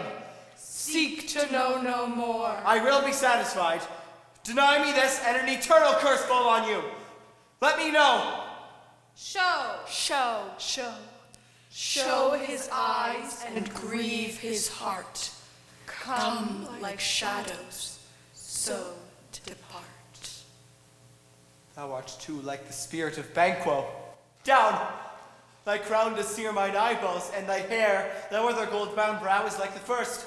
A third is like the former. Filthy hags, why do you show me this? A fourth? Start, eyes. What? Will the line stretch out to the crack of doom? Another yet? A seventh? I'll see no more. And yet, the eighth appears, who bears a glass which shows me many more. Horrible sight! Now I see 'tis true. For the blood-boltered Banquo smiles upon me and points at them for his. What? Is this so? Aye, sir, all this is so. But why stands Macbeth thus amazedly? Come, sisters, our duties did his welcome pay.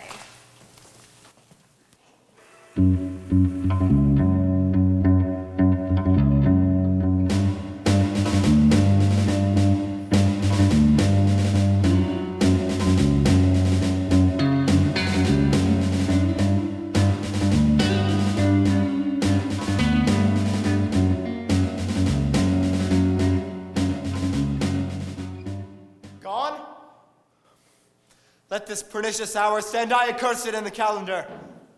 Come in without there. What's your grace's will? Saw you the weird sisters? No, my lord. Came they not by you? No, indeed, my lord.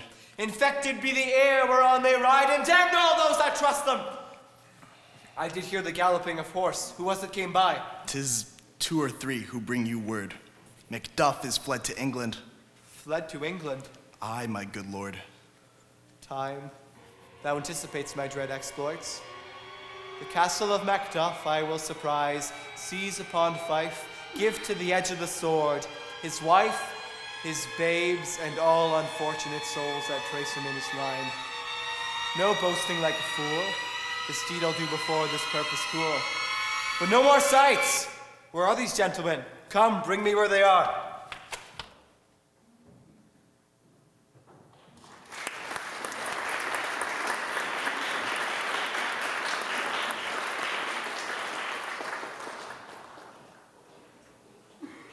What had he done to make him fly the land? You must have patience, madam. He had none.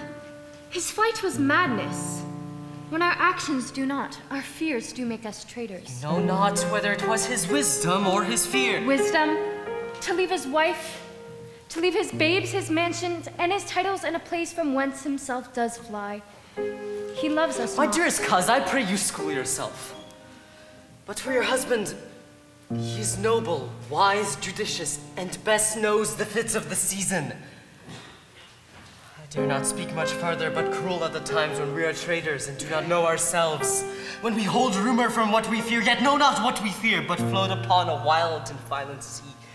Each way ends none. I take my leave of you. I pray to God's blessing upon you.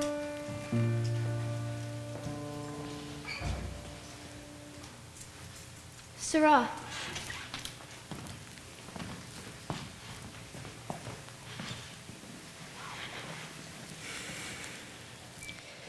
Your father is dead.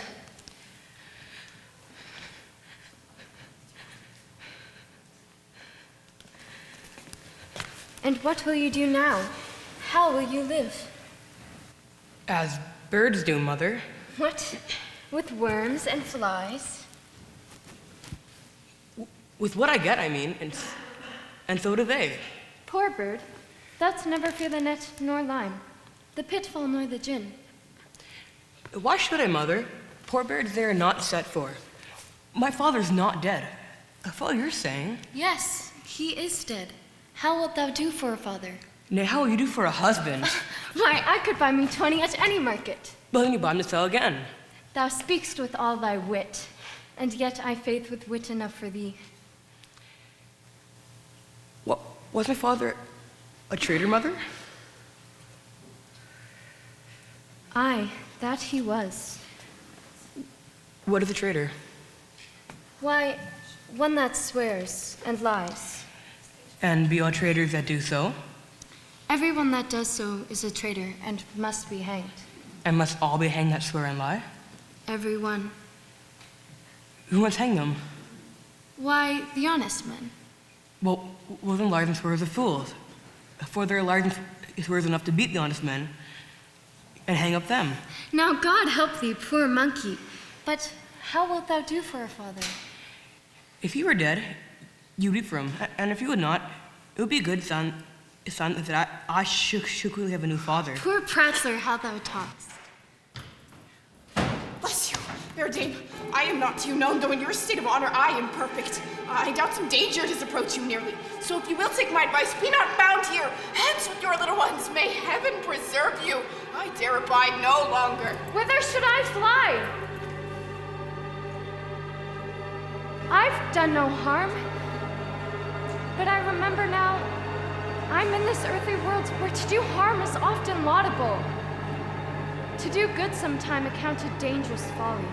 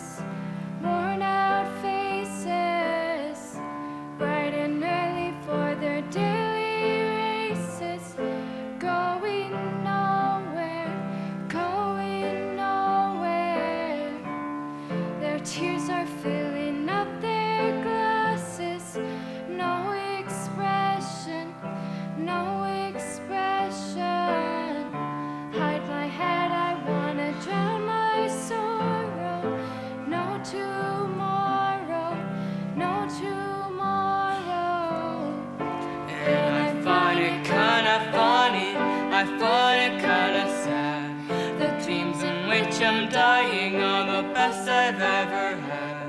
I find it hard to tell you, I find it hard to take.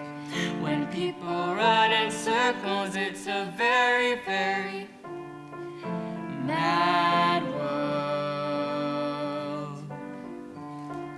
Mad world. Children waiting for the day they feel good. Happy birthday, happy birthday.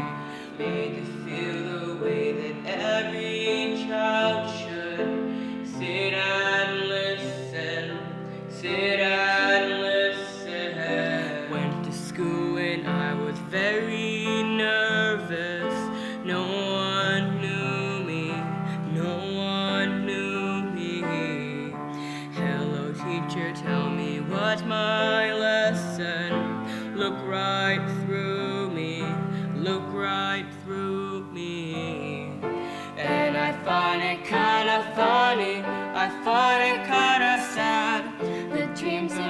am dying of the best I've ever had. I find it hard to tell you, I find it hard to take. When people run in circles, it's a very, very mad world. Mad world. Mad world. Mad world. What are these faces? Where is your husband? I hope in no place so unsanctified where such as thou mayst be. He's a traitor!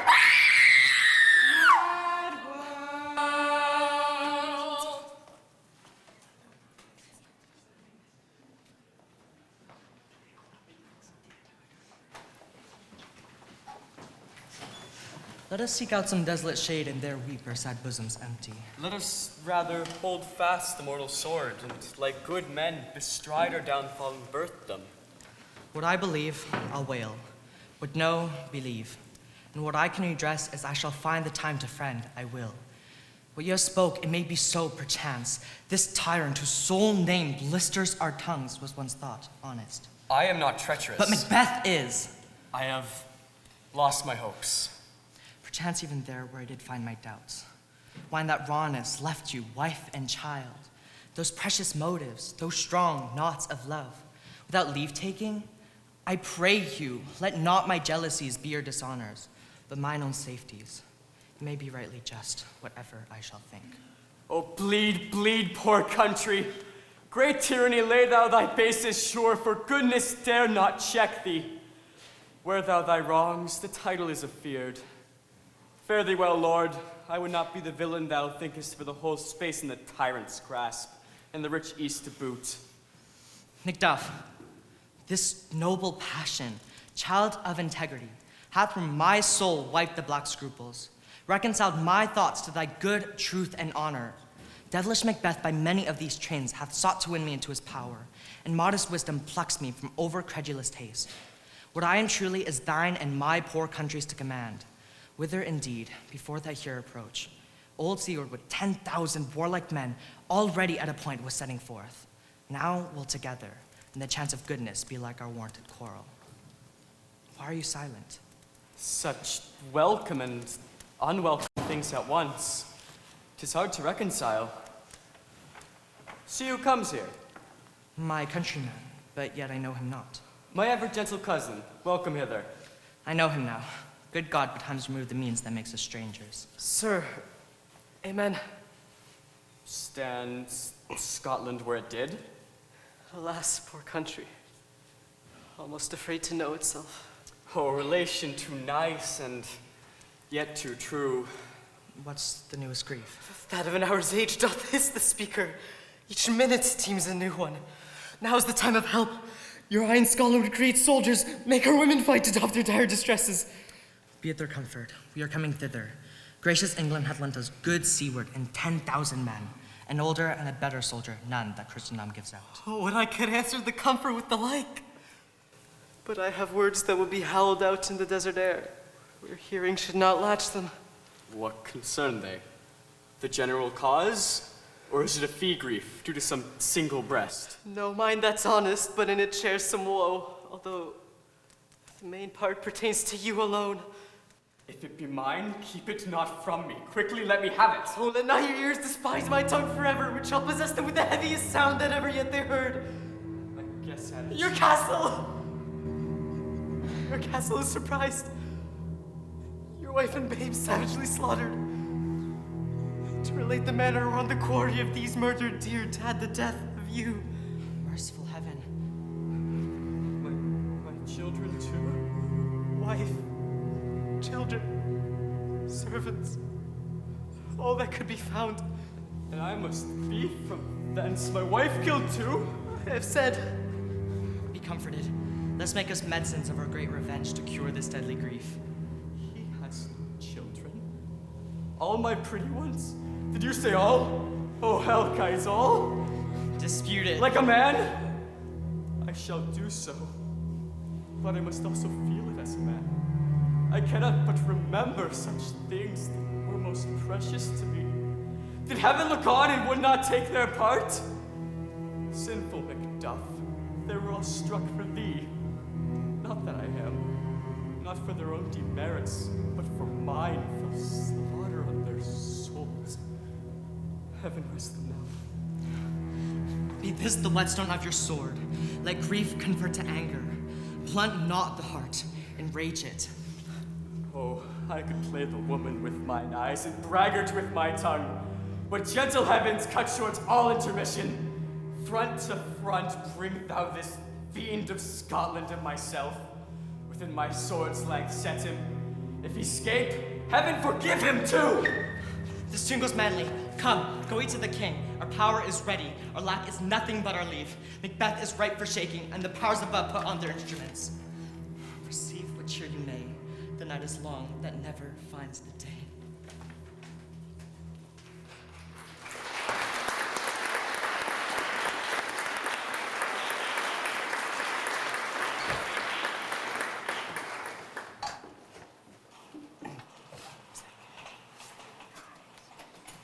I've 2 nights watched with you, but can perceive no truth in your report.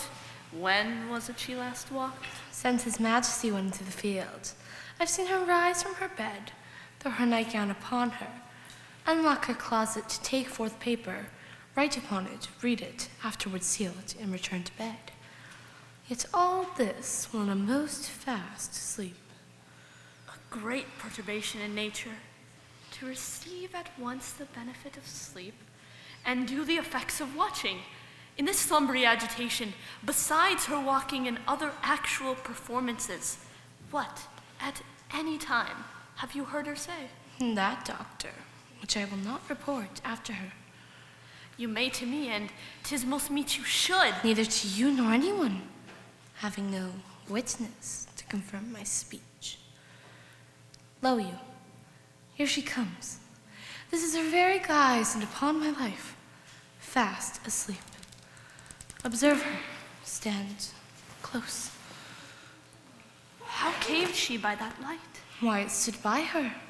She has light by her continually. 'Tis her command.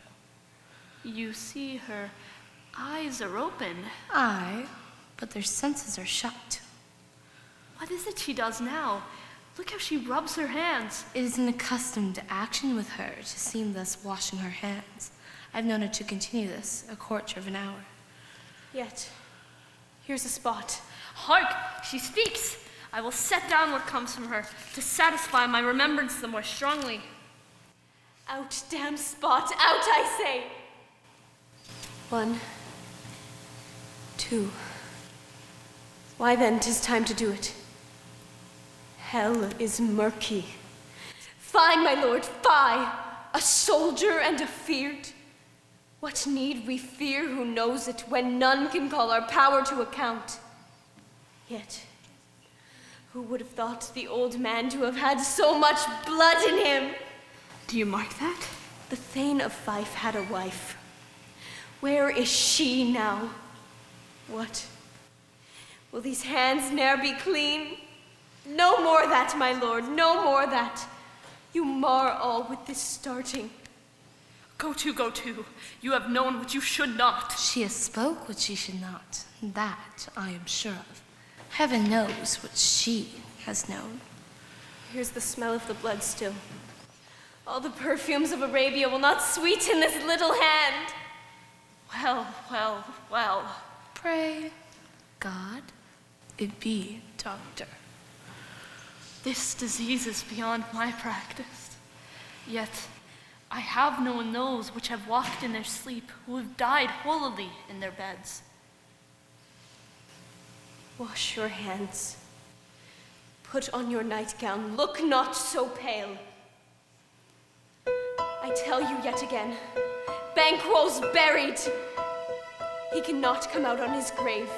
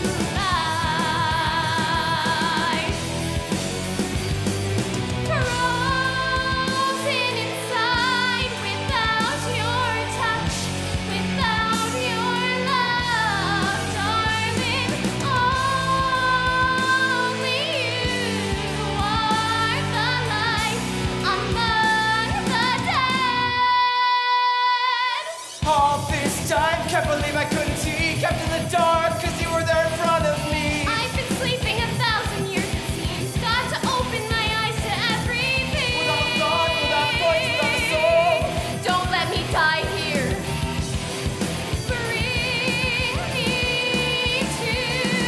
Wake me up. Wake me up inside. Can't wake up. Wake me up inside. Call my name and save me from the dark. Wake me up. Bid my blood to run. I can't wake up. Before I come undone. Save me from the nothing I've become. Bring me I've been living a lie. There's nothing inside.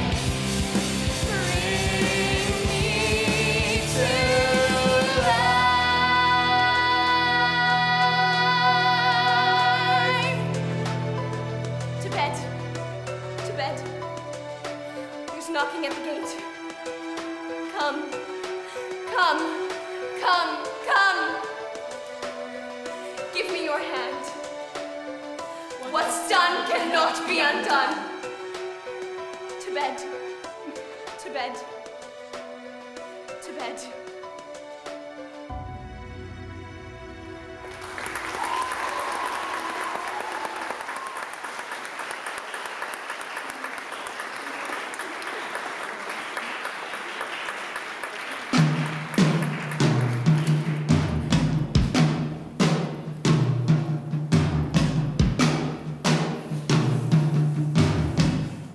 The English power is near. Led on by Malcolm, his uncle Seward, and the good Macduff. Revenge is burning them, for their dear causes would, to the bleeding and grim alarm, excite the mortified man. Near Burnham Wood shall we well meet them. That way are they coming. Who knows if Donald may be with his brother? For certain he is not. I have a file of all the gentry, their Seward's son, and many unrough youths that even now protest their first of manhood. What does the tyrant? Great Dunsinane he strongly fortifies. Some say he's mad, and others that hate him do call it valiant fury. But for certain he cannot buckle his distempered cause with the belt to rule. Now does he feel his secret murders sticking on his hands. Now minutely revolts upbraid his faith breach. Those in his command move only in command, nothing in love. Now does he feel his title hang loose about him like a giant's robe upon a dwarvish thief. Who then shall blame his pestered senses to recoil and start, when all that is within him does condemn itself for being there? Well, march we on, to give obedience where 'tis truly owed. And meet we the medicine of his sickly wheel, and with it pour we in our country's purge, each drop of us. Or so much as it needs to dew the sovereign flower and drown the weeds. Make we our march towards Burnham.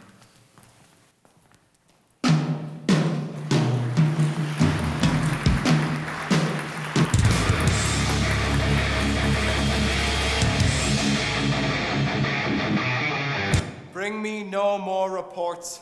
Let them fly all. Till Burnham Wood remove to Dunsinane, I cannot taint with fear. What's the boy? Malcolm. Was he not born of woman?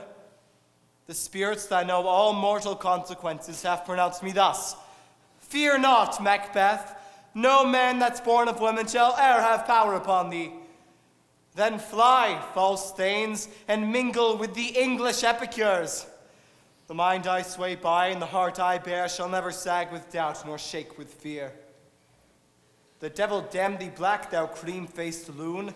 Where gotst thou that goose look? There, 10,000 geese, villain? Soldiers, sir. Go prick thy face and overhead thy fear, thou lily-livered boy.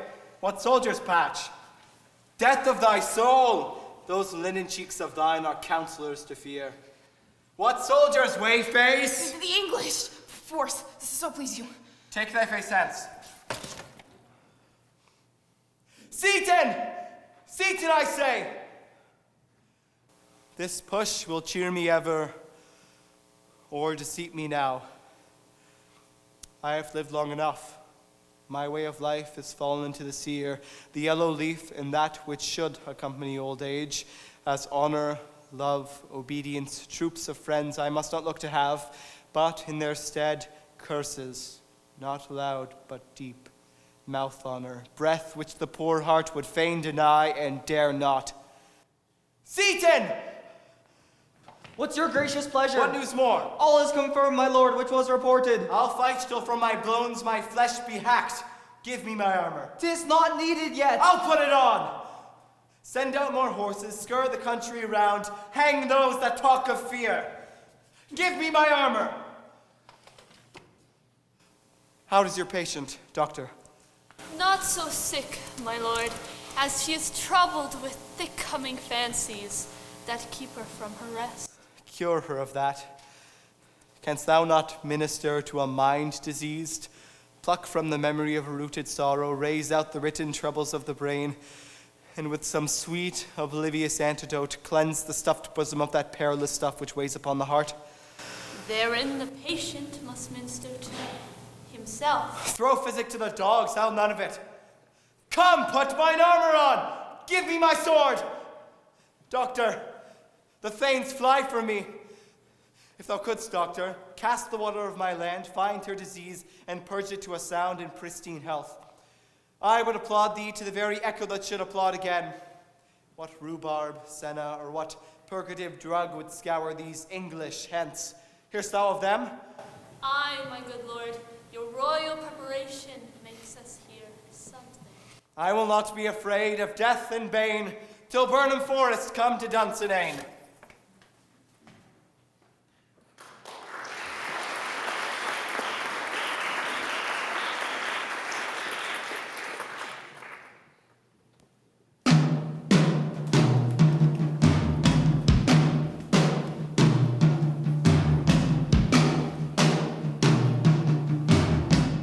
Cousins, I hope the days are near at hand that Chambers will be safe. We doubted nothing. But what is this before us? The wood of Burnham. Let every soldier hew him down a bough and bear before him. Thereby shall we shadow the numbers of our host and make discovery ere in report of us. It shall be done. We learn no other, but the confident tyrant keeps still in Dunsinane and will endure our setting down before it. 'Tis his main hope. For, where there is advantage to be given, both more and less have given him the revolt, and none serve with him, but constrain things whose hearts are absent too. Let our just censures attend the true event, and put we on industrious soldiership. The time approaches that will with due decision make us know what we shall say we have and what we owe. Thoughts speculative their unsure hopes relate, but certain issues strokes must arbitrate, towards which advance the war.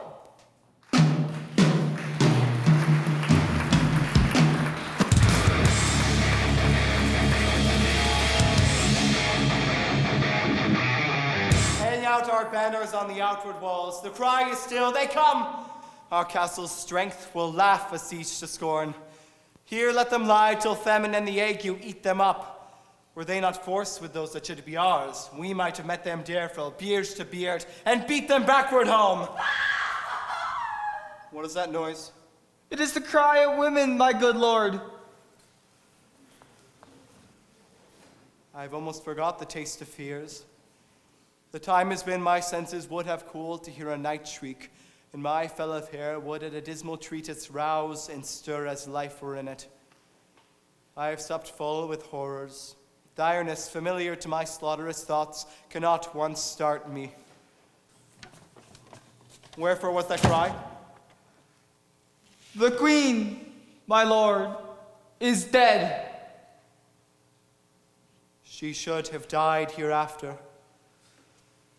There would have been time for such a word. Tomorrow, and tomorrow, and tomorrow creeps in this petty pace from day to the last syllable of recorded time, and all of yesterdays have lighted fools the way to dusty death. Out, out, brief candle, life's but a walking shadow, a poor player that struts and frets his hour upon the stage, and then is heard no more.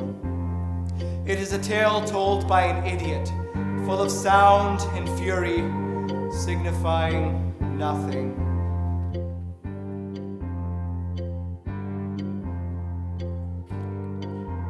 There's a little black spot on the sun today, It's the same old thing as yesterday. There's a black cat caught in a high treetop. There's a flagpole wreck and the wind won't stop. I have stood here before inside the pouring rain, with the world turning circles running round my brain. I guess I'm always hoping that you'll end this rain, but it's my destiny to be the king of pain. There's a little black spot on the sun today. That's your soul out there. It's the same old thing as yesterday. That's your soul out there. There's a black cat caught in a high treetop. That's your soul out there. There's a flagpole rag and the wind won't stop. That's your soul out there. I have stood here before inside the pouring rain, with the world turning circles running round my brain. I guess I'm always hoping that you'll end this rain, but it's my destiny to be the king of pain. There's a fossil that's trapped in a high cliff wall. That's your soul out there. The dead slave is frozen in a waterfall. That's your soul out there. There's a blue whale beach by a springtide sail. That's your soul out there. There's a butterfly trapped in a spider's web. That's your soul out there. I have stood here before inside the pouring rain, with the world turning circles running round my brain. I guess I'm always hoping that you'll end this rain, but it's my destiny to be the king of pain. On a throne with his eyes open, there's a blind man looking for a shadow. There's a rich man sleeping on a golden bed. There's a skeleton choking on a crust of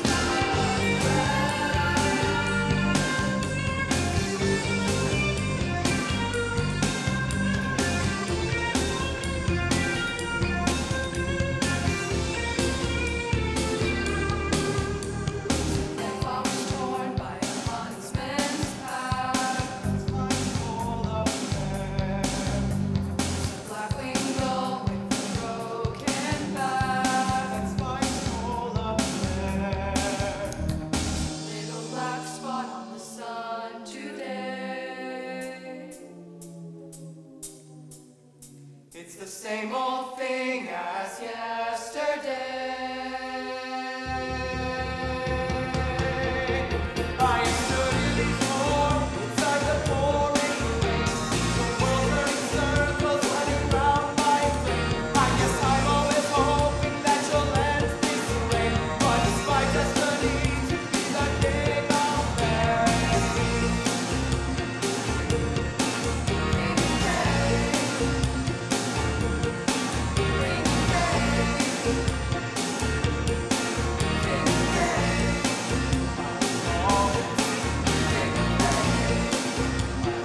Always king of pain. I'll always be king of pain. I'll always be. Thou comest to use thy tongue, thy story quickly. Gracious my lord, I should report that which I say I saw, but know not how to do it. Well, say, sir. As I did stand my watch upon the hill, I looked towards Burnham, and anon methought the wood began to move. Liar and slave! Let me endure your wrath if it not be so. Within the next 3 miles, you may see it coming. I say a moving grove. If thou speakst false, from the next tree shalt thou hang alive till famine cling thee. If thy speech be sooth, I care not if thou dost for me as much. I pull in resolution and begin to doubt the equivocation of the fiend that lies like truth. Fear not, till Burnham Wood do come to Dunsinane. And now a wood comes toward Dunsinane. Arm, and out! If this which ye avouches does appear, there is nor flying hence nor tarrying here. I begin to be aweary of the sun and wish the estate of the world were now undone. Ring the alarm bell! Blow wind, come rack.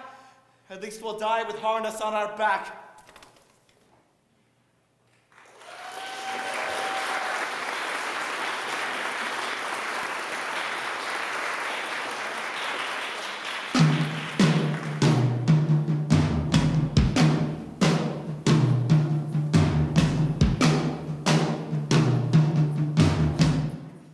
Now near enough. Your leafy screens throw down and show like those you are. You, worthy uncle, shall with my cousin, your right noble son, lead our first battle. Worthy Macduff and we shall take upon what else remains to do, according to our order.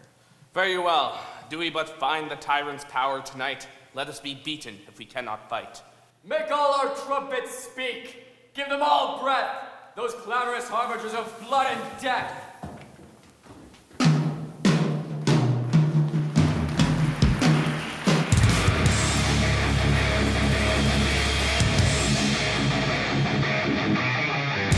They have tied me to a stake.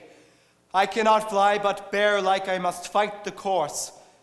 What's he that was not born of woman? Such a one am I to fear, or none.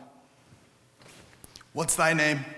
Thou'lt be afraid to hear it. No, though thou callest thyself a hotter name than any is in hell. My name's Macbeth. The devil himself cannot pronounce a title more hateful to mine ear. No, nor more fearful. Thou liest, abhorred tyrant! With my sword I'll prove the lie thou speakest.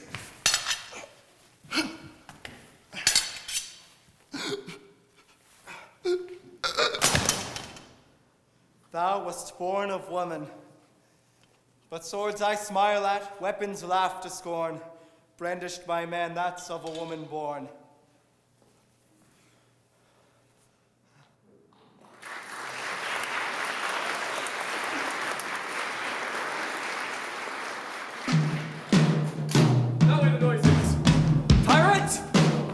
Thy face! If thou art slain, and with no stroke of mine, my wife and children's ghosts will haunt me still. I cannot strike at wretched kerns, whose arms are hired to bear their staves. But either thou, Macbeth, or my sword with an unbattered edge I sheath again undeeded. There thou shouldst be. By this great platter one of the greatest notes seems rooted. Let me find him, fortune, and more I beg not.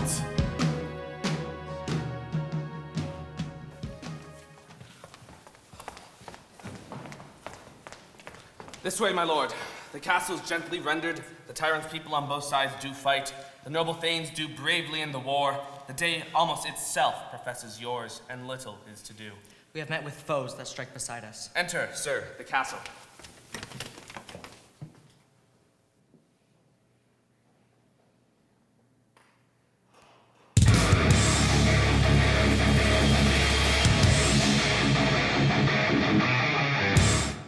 Why should I play the Roman fool and die on mine own sword?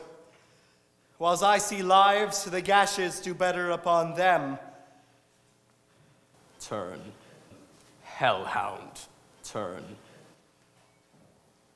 Of all men else I've avoided thee. But get thee back! My soul is too much charged with blood of thine already. I have no words. My voice is in my sword. Thou bloodier villain than terms can give thee out!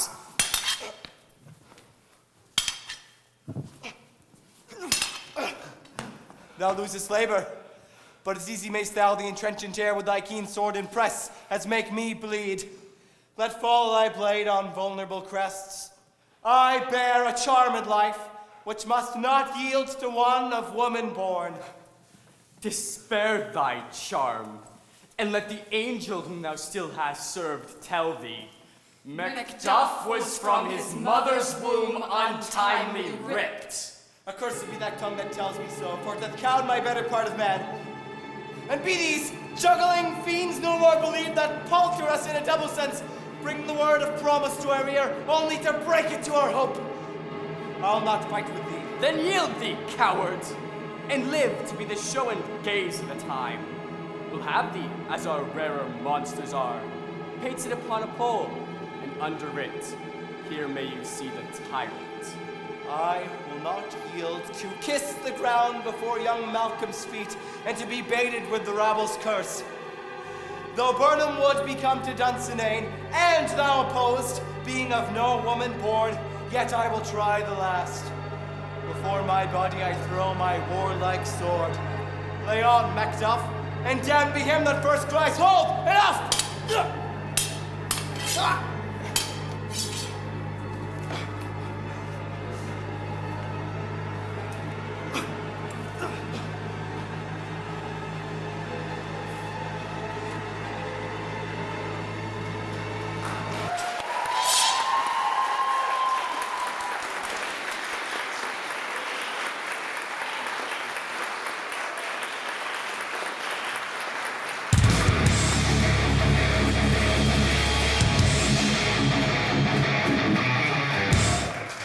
I would the friends we missed were safe arrived. Some must go off, and yet by these I see so great a day as this is cheaply bought. Macduff is missing, and your noble son. Your son, my lord, has paid the soldier's debt. He only lived but till he was a man, the which no sooner had his prowess confirmed in the unshrinking station where he fought, but like a man, he died. Then he is dead? Aye, and brought off the field. Your cause of sorrow must not be measured by his worth, for that it hath no end. Why then God's soldier be he. He's worth more sorrow, and that I'll spend for him. Here comes your comfort. Hail, King, for so thou art. Behold where stands the usurper's cursed head. The time is free. I see thee encompassed with thy kingdom's pearl, that speak my salutation in their minds, whose voices I desire aloud with mine. Hail, King of Scotland! Hail, King of Scotland! We shall not spend a large expense of time before we reckon with your several loves and make us even with you. My thanes and kinsmen, henceforth be earls, the first that ever Scotland in such an honor named. What's more to do, which shall be planted newly with the time, is calling home our exiled friends abroad that fled the snares of watchful tyranny, producing forth the cruel ministers of this dead butcher and his fiend-like queen, who, as 'tis thought, by self and violent hands took off her life. This, and what needful else that calls upon us, by the grace of grace, we'll perform in measure, time, and place. So thanks to all at once and to each one whom we invite to see us crowned at Scone.